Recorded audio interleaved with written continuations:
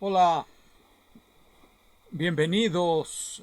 En esta ocasión quiero recomendar dos artículos y correlacionarlos con un teorema que aparece en otro artículo que también voy a recomendar. El artículo del cual voy a tomar el teorema lo podrán encontrar en la red. Yo solamente voy a dar el nombre del artículo. El artículo se llama eh, Topología de contacto e hidrodinámica 1. Así se llama el artículo. Topología de contacto e hidrodinámica 1. Tiene un subtítulo: Campos de Beltrami y la conjetura de Seifert. Campos de Beltrami y la conjetura de Seifert. Los autores son John Etnaer y Robert Grist. Bueno, como se pronuncia, Robert Grist. El artículo aparece en la revista No Linealidad del año 2000. Es un artículo ya viejo. La revista no sé si todavía salga. Yo la coleccioné mucho tiempo. Bueno, es un decir mucho tiempo, unos años. Y me interesa este artículo, sobre todo, lo busqué en la red porque la revista donde lo tengo, pues quién sabe dónde quedó. Algunos han dicho menuda biblioteca la que tengo aquí atrás. Sí, tengo algunas revistas por aquí. Y menudo problema encontrar algunas veces las revistas entre tanta cosa. Y a veces no puedo ni salir de aquí. Pero bueno, esas cosas, como hay alguna foto por ahí de Piaget, donde está lleno de libros por ahí. Sí, algunos soñamos con eso, otros creen que esto es un basurero y así sucesivamente. Cada quien pensará lo que quiera, no estamos aquí para darle gusto a nadie y menos en la forma en cómo vivimos. Bueno, entonces ya se los comenté el artículo, se llama Topología de contacto e hidrodinámica 1, revista No Linealidad del año 2000.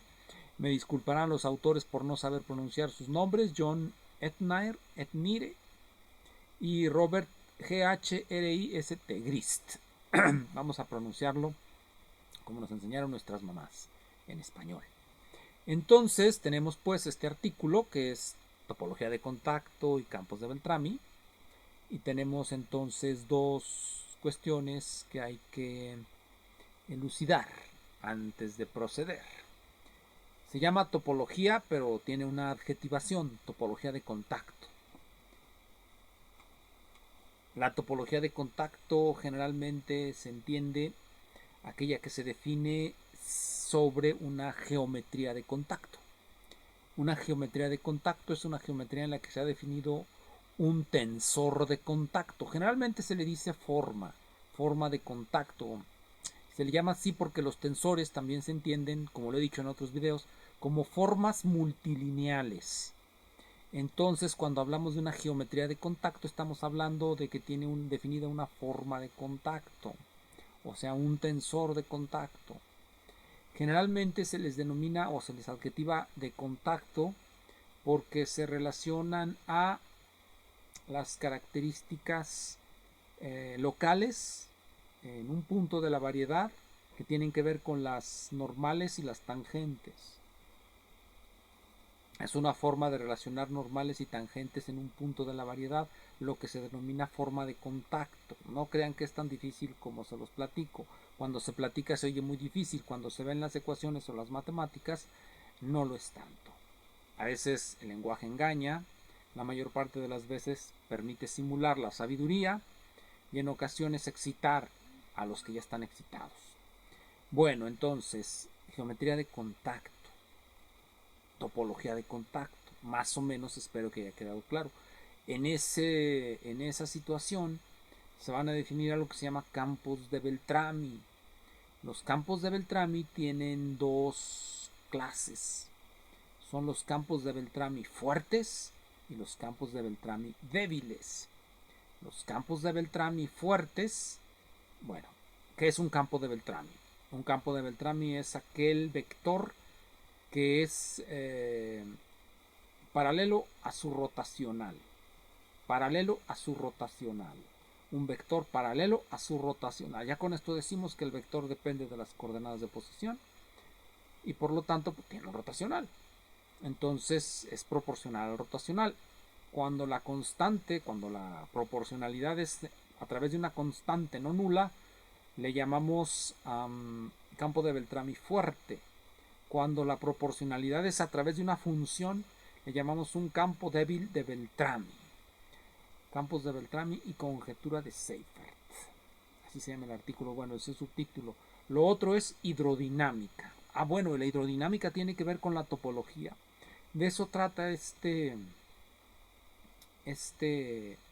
video hoy. Cómo se relaciona la hidrodinámica con la topología. Y decidí comenzar con una cuestión que surgió, no es cuestión, un comentario que surge en el video previo, que era divertido, sobre ovnis. Ya espero que sea divertido, pero en otro sentido. Donde me decían que hay rayos globulares, rayos eléctricos globulares, truenos globulares, bolas así como glóbulos, los relámpagos, truenos, rayos, como le queramos llamar. Claro, hay que hacer la distinción, no es lo mismo relámpago, trueno que rayo, pero en nuestra mala manera de hablar remitimos a la misma realidad. Las nubes están cargadas de agua, están muy condensadas, ya han opacado al sol, están negras, y la fricción interna entre ellas está generando descargas eléctricas. Esas descargas eléctricas son por rayos. Vamos a suponer que hay la posibilidad de que surja un rayo globular, un rayo en forma de glóbulo, esferoidal, un rayo esferoidal. ¿Es posible eso? ¿Cómo sabemos si es posible o no? Bueno, pues debe de ser solución de algún tipo de ecuación diferencial. Y de eso también vamos a hablar hoy.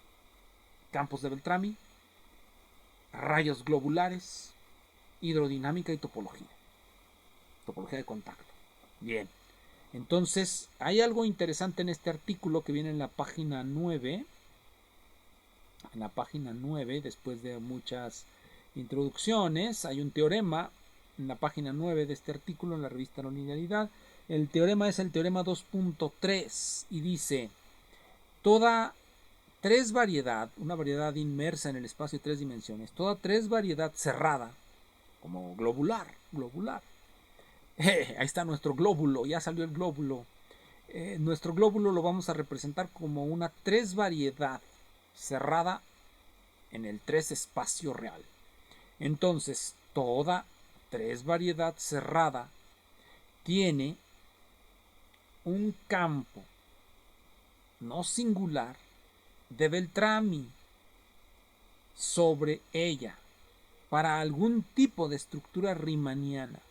De hecho, hay un número infinito, distinto hasta una homotopía de campos vectoriales. Trata otras cosas, como por ejemplo que los campos de Beltrami equivalen a campos vectoriales de Rev, que nos llevaría muy lejos explicar lo que es un campo vectorial de Rev, porque la teoría de las foliaciones y todo eso, creo que he recomendado libros al respecto. Pero en este momento esos resultados solamente los menciono para que quede claro que un campo de Beltrami es muy importante en la geometría diferencial, en la física, en la topología, y aquí pues ya salió el glóbulo. Pero estamos hablando aquí de hidrodinámica. Y ahora quiero pasar a hacer una transición a la electrodinámica. Sería difícil poder explicar o imaginarnos rayos globulares si pensamos en las ecuaciones de Euler o en las ecuaciones de Navier-Stokes. ¿Por qué? Bueno, pues porque estas se utilizan para modelar fluidos y generalmente creemos que la electricidad no es un fluido hoy día. Y digo hoy día porque durante mucho tiempo se creyó que era un fluido, una suerte de fluido, una deformación en el éter, y por lo tanto debía de ser realmente, las ecuaciones de Maxwell son una forma de las ecuaciones hidrodinámicas. Y de hecho, si ustedes tienen el libro de Sommerfeld, me parece que el de teoría de la deformación o mecánica del continuo, en un apéndice, Sommerfeld muestra cómo a partir de las ecuaciones del continuo, del medio continuo, uno puede encontrar algo parecido a las ecuaciones de Maxwell. Los famosos modelos mecánicos de la electricidad, cuyo fundamento era en realidad el éter. Bien, pero hoy día, con la desaparición del éter, la hidrodinámica y la teoría electromagnética son distintas. Las ecuaciones de Maxwell van por un lado, las ecuaciones de Euler van por otro, porque describen realidades supuestamente diferentes, los fluidos y los campos electromagnéticos. Bien, entonces vamos a los campos electromagnéticos. Hay campos electromagnéticos globulares. Hay una amplia literatura al respecto de los campos electromagnéticos globulares y este teorema nos explica por qué sale lo que sale cuando buscan campos electromagnéticos globulares. ¿Y qué es lo que sale? Campos de Beltrami. Campos de Beltrami. ¿Qué nos dice el teorema? Se los voy a repetir. Nos dice el teorema: todo glóbulo, ya no voy a repetir lo que dije hace rato, 3 variedades, 3 espacios, un glóbulo. Todo glóbulo tiene un campo de Beltrami, un flujo de Beltrami en él. Imaginemos el glóbulo. En ese glóbulo necesariamente hay curvas integrales descritas por campos vectoriales de Beltrami.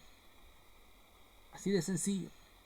Entonces, si nosotros buscamos campos globulares electromagnéticos, necesariamente, irremediablemente, han de aparecer los campos de Beltrami por este resultado. Por este resultado. Así nos lo explica. Obviamente esto requiere matemáticas, topología y eso. ¿Cómo se relaciona la topología con la hidrodinámica y con las ecuaciones de Maxwell? Volveré sobre eso. Voy ahora al artículo que les quiero recomendar. Hay muchos, me parece que los de Rañada son los más conocidos acerca de los rayos globulares. Hay muchos más. Déjenme les platico de los que hacen mis amigos. Este salió en 2002, hace ya 23 años. Salió en 2002. Se llama Formaciones inusuales del campo electromagnético libre en el vacío. Aquí está. Formaciones inusuales del campo electromagnético libre en el vacío. Los autores son Andrew Chubicalo y Augusto Espinosa. Está publicado en la revista Journal of Physics A, Mathematical and General. Journal of Physics A, Mathematical and General, volumen 35, año 2002, páginas 8043, 8053, 10 paginitas. Ya yo solía publicar en esta revista, era parte del equipo de estos dos señores. No aparezco en este artículo porque simple y sencillamente no estaba de acuerdo con los rayos globulares y los campos de Beltrami. Pero es otra historia. Entonces, como ya dije, el teorema que les acabo de mencionar, que apareció en la revista La Linealidad hace tiempo, nos dice que todo glóbulo tiene necesariamente una curva cerrada que es curva integral de un campo de Beltrami. Fácil. Entonces el rayo globular necesariamente ha de ser descrito por campos de Beltrami. Si ustedes revisan la literatura donde se tratan de explicar los rayos globulares, aparecen los campos de Beltrami. Obviamente aquí también aparecen los campos de Beltrami. Los campos de Beltrami son solución de las ecuaciones de Maxwell en el vacío. Solución de las ecuaciones de Maxwell en el vacío cuando se hace una separación de variables muy sencilla. Se separa la parte espacial. Ahí va a ir todo lo vectorial, todo lo que tiene que ver con la dirección. Y se establece que la intensidad es lo que depende del tiempo. El tamaño del vector dependerá tanto de la posición como del tiempo, pero de manera separada. Es la primera hipótesis que hacen aquí para resolverlo. Aquí está. Separación simple de variables de los campos vectoriales. Y después de un momento de inteligencia, pues finalmente llegan a los campos de Beltrami. Aquí están los campos de Beltrami. Ahí se ve. Esta es la ecuación para el campo de Beltrami. Perdón. Ahí está el campo de Beltrami. Proporcional, el vector es proporcional a su rotacional. En este caso, lo que aparece adelante son constantes, por lo tanto es un campo de Beltrami fuerte. Un campo fuerte de Beltrami. Lo que sigue pues es resolver las ecuaciones que salen. Salen unas ecuaciones aquí. Y pues ya, hacer interpretaciones. O sea, el proceso de resolver la ecuación puede ser largo, pero si lo hacemos bien, vamos a llegar a unos dibujitos así. Miren qué bonitos. Esos son los campos globulares. Ahí están los glóbulos. Punto. ¿Qué quiere decir el punto que digo aquí con palabras? Punto quiere decir simple y sencillamente que un resultado de la topología de contacto nos lleva a una explicación física. Ya sabemos que si queremos encontrar glóbulos, hemos de postular para nuestras ecuaciones lo que se llama, cuando tenemos una ecuación diferencial y ya sabemos qué queremos y postulamos las cosas y la metemos en la ecuación diferencial a ver qué pasa, se llama una solución directa. Los campos de Beltrami deben ser soluciones directas tanto de las ecuaciones hidrodinámicas como de las ecuaciones de Maxwell, si es que queremos encontrar glóbulos, flujos circulares sobre la superficie del globo. Y esto será posible cuando esa superficie tenga cualquier tipo de estructura riemanniana, hasta la más trivial estructura riemanniana. Ya. Bien, pero eso que tiene que ver con la topología. Bueno, hay un artículo que leí recientemente que se llama Materia y Espacio 1, Nociones Topológicas en la Filosofía Natural del siglo XIX. Aparece en el Archivo para la Historia de las Ciencias Exactas, volumen 52, número 4, febrero del 98, páginas 297, 392. Pues es algo largo, pero muy, muy gratificante su lectura. Está escrito por Moritz Eppel. Sepa Dios si se pronuncia así. Pero bueno, aquí está, también lo pueden descargar de la red. Ahí está, Topology, Matter and Space 1. Nociones topológicas en el siglo XIX y en la filosofía natural del siglo XIX. Pero solamente se va a dedicar a una parte de la filosofía natural del siglo XIX, precisamente la que tiene que ver con las ecuaciones de Maxwell. ¿Qué es lo que nos va a platicar Moritz Eppel en este poderosísimo artículo? Va a trazar una relación, nos va a narrar una historia que comienza con la teoría del éter y la teoría atómica. Tenemos en el siglo XIX, a fines del siglo XIX, dos puntos de vista contradictorios.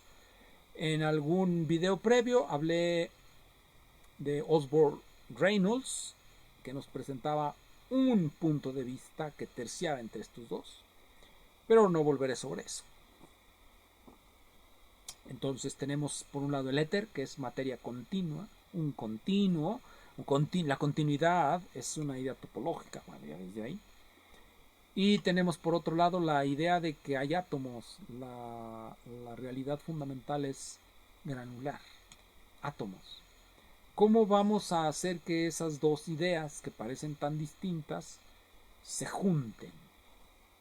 Ya sabemos que en el siglo XX la famosa dualidad onda-partícula, si tenemos ondas, si tenemos partículas, bueno, es parecido, la onda es una cosa extensa en el espacio y la partícula es algo concentrado en el espacio, pero el siglo XIX ya se había enfrentado a este problema y había encontrado una solución, que ciertamente no funcionó. Eso es lo interesante de todo esto, no funcionó. Pero no es importante si funcionan o no funcionan, lo importante es lo que producen. Son cosas productivas aunque fracasen. Y voy a explicar ahora en qué sentido son productivas y voy a explicar también en qué consiste la solución que encontró el siglo XIX para la dualidad continuo, discontinuo o singular. Partícula, onda. El éter es la onda, la masa continua en la que estamos inmersos. Y la partícula, bueno, pues esta.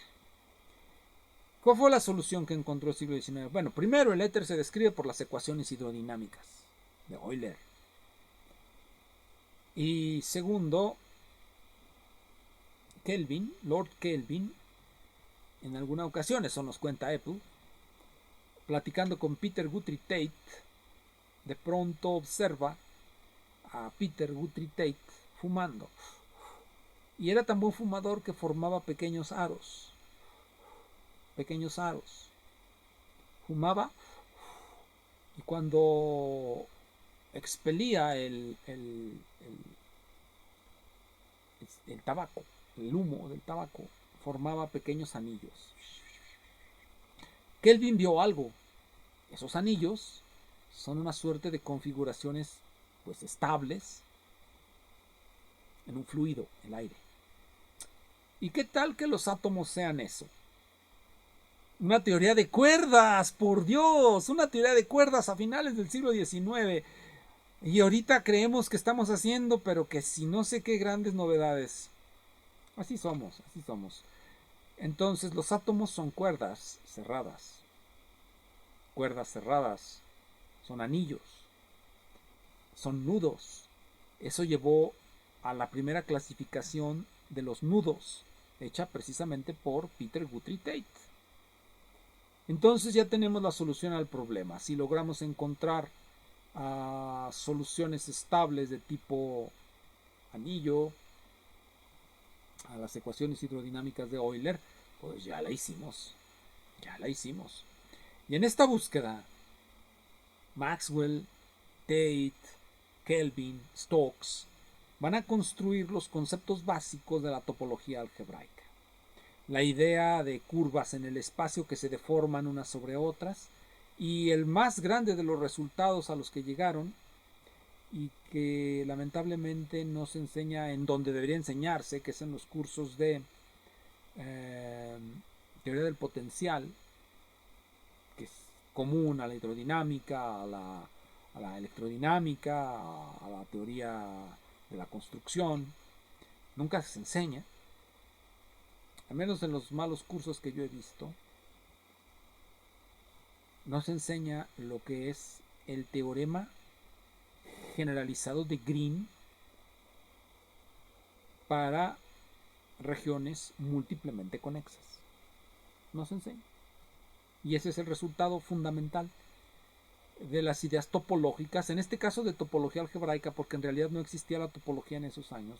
Si por topología entendemos lo que vienen a ser el tipo de razonamiento que se hace con las ideas o con la axiomática de Kuratowski, pues en realidad no había topología, porque no existía en ese momento ese tipo de razonamiento en matemáticas a finales del XIX. Sin embargo, lograron enunciar ese teorema, que es una generalización de otro teorema fundamental para la creación de la topología, que es el teorema de contorno de Cauchy, que también depende de la teoría del potencial, por cierto, como todos ustedes saben. El teorema de la integral cerrada de Cauchy depende de la teoría del potencial. Y Kelvin, Maxwell y todos ellos lo generalizaron. Generalmente esto no se platica en las escuelas. No sé por qué. No sé por qué, si es algo muy interesante. Como vemos, se correlaciona la topología con la física matemática. Y de hecho, es en el seno de la física matemática donde surge una forma de pensamiento topológico, de topología algebraica, no de topología general. Porque debemos distinguir, aunque hoy día estén todas bajo el paraguas de una misma axiomática, debemos distinguir que hubo una topología algebraica, una topología general, una topología combinatoria, y que todas surgen de manera casi concomitante y que después se unifican en una topología general. Pero bueno, de eso hablaremos en otro momento. Gracias.